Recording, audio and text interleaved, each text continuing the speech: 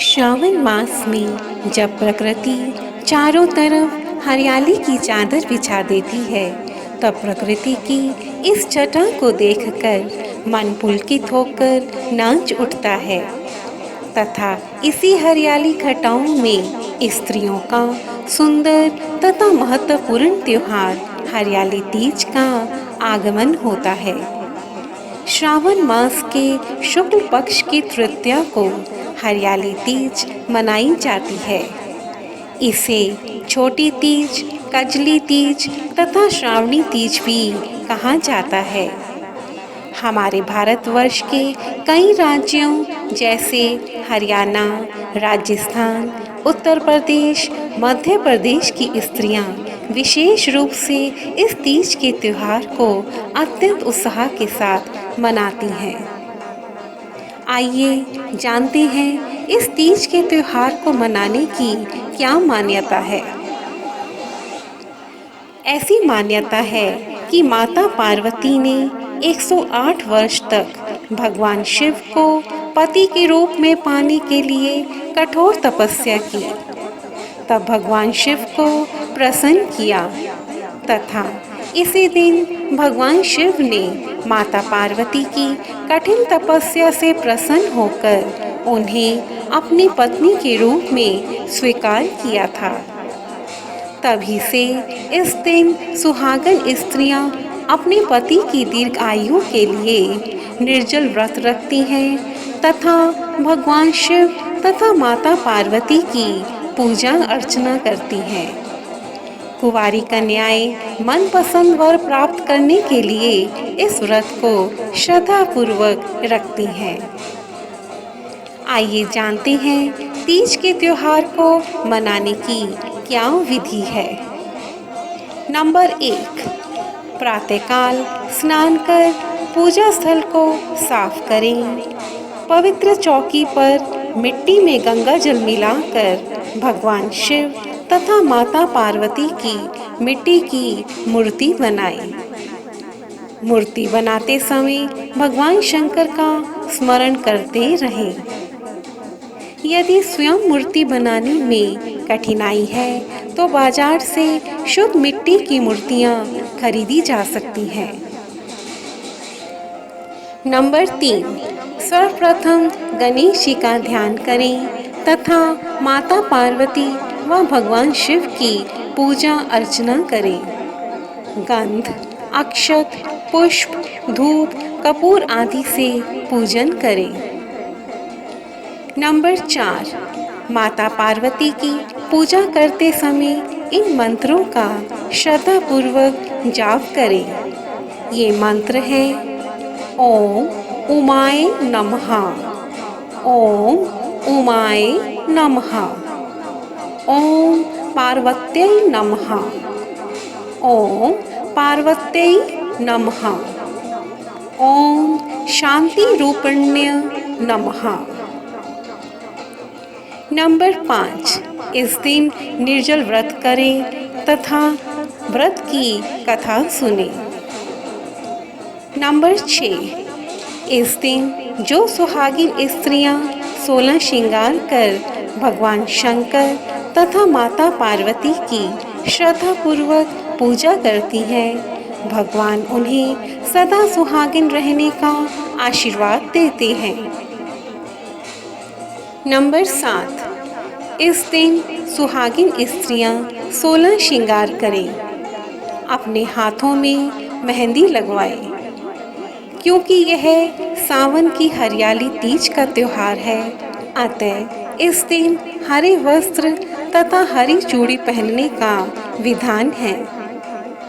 इस दिन आप सभी अपने हाथों पर मेहंदी अवश्य लगवाएं।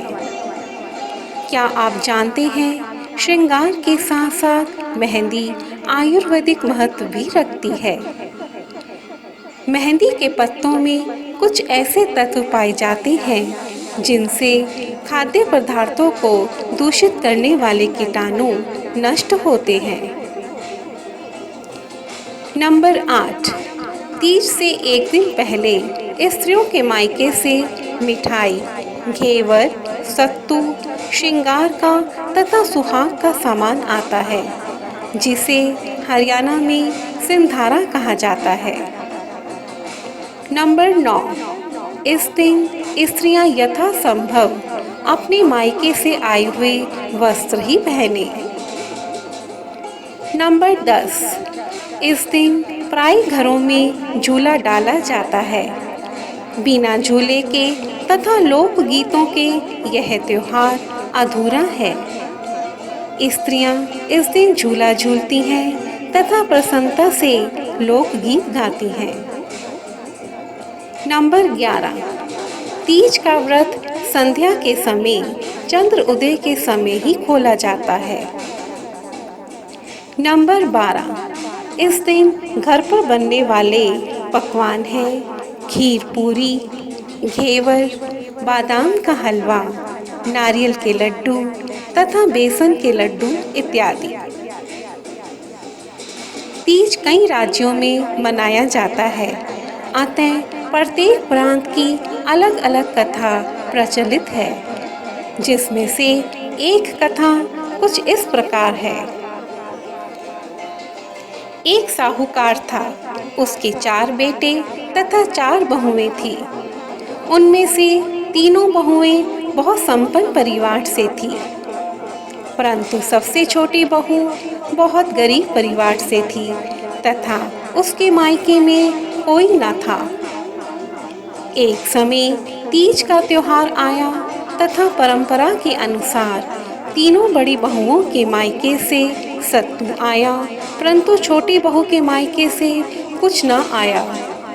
इस कारण वह अत्यंत उदास हो गई। जब पति ने उसकी उदासी का कारण पूछा, उसने रोते रोते सारा वृत्तांत अपने पति को बताया तथा अपने पति से सत्तू लाने के लिए कहा। उसका पति पूरा दिन भटकता रहा, परंतु उसे कहीं सफलता न मिली। यह देखकर उसकी पत्नी अत्यंत दुखी हो गई। अपनी पत्नी का उदास चेहरा देखकर वह रात भर सो नहीं पाया।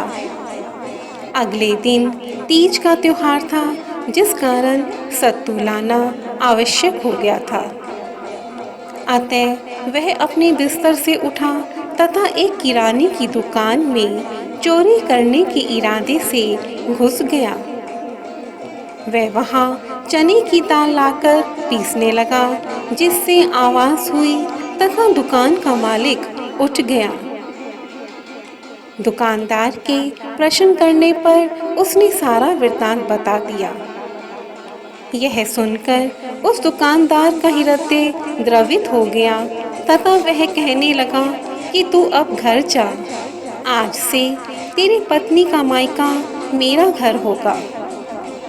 अगले दिन तीज के पर्व पर उस दुकानदार ने अपने नौकर के हाथ 4 प्रकार के सत्तू, श्रृंगार तथा पूजन सामग्री भेजी। यह देखकर छोटी बहू अत्यंत प्रसन्न हो गई।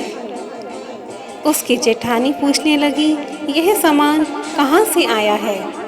तब छोटी बहू ने कहा, यह सामान मेरे धर्म पिता ने भेजा है। इस प्रकार ईश्वर ने उसकी प्रार्थना सुनी तथा इस छोटी बहू की तीज की पूजा संपन्न हुई। जय तीज माता, जय भोलेनाथ, जय माता पार्वती। तीज के इस पावन पर्व पर मैं ज्योति गोयनका अपने देश की सभी स्त्रियों को शुभकामनाएं देती हूँ तथा आप सभी के सुहाग की दीर्घ आयु की कामना करती हूँ। आया रे आया तीज का त्योहार, मिलकर गाएं गीतों की मल्हार। सबको मिले खुशियाँ अपार, फैलता रहे बस प्यार ही प्यार।